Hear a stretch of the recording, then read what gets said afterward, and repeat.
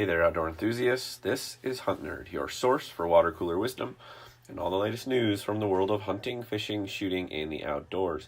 This is episode 58 of the show. It was released on February 27th. Here is your outdoor news. A bill we've discussed on the show before is one step closer to becoming law. 2 weeks ago, the Natural Resources Management Act passed the Senate by a vote of 92-6. On Tuesday the 26th, that same bill easily passed through the House by a vote of 363-62. The bill now heads to President Trump's desk to be signed into law. In the bill, which is being hailed as one of the largest public land conservation acts in recent history, nearly 2.5 million acres will fall under new protection, including national parks and other wilderness areas.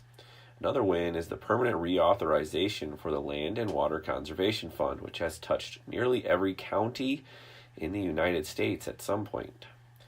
It's also worth pointing out that every conservation provision included in the act began at the local level, where grassroots organizations led efforts to build public support to protect special landscapes or waterways. Kudos to you, conservationists. Also, the world's largest bee, once believed extinct, has been found alive again in Indonesia. The Wallace's giant bee is the world's largest bee, with a wingspan measuring almost 3 inches. It was believed to be extinct until a group of researchers recently stumbled on a single female specimen. This is the first official sighting of the giant bee since 1981.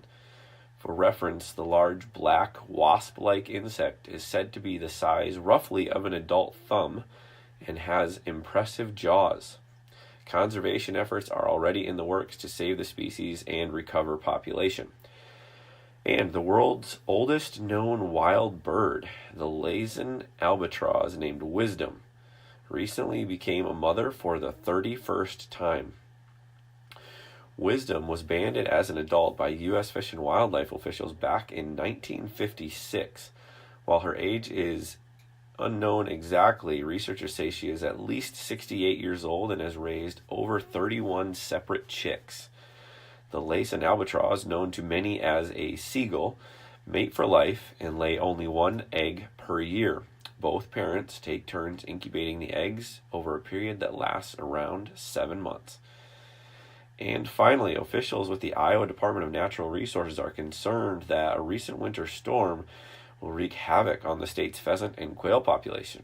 The recent storm dumped inch after inch of snow and ice on much of the Midwest, filling nearly every ditch, fence row, and open CRP field in the process.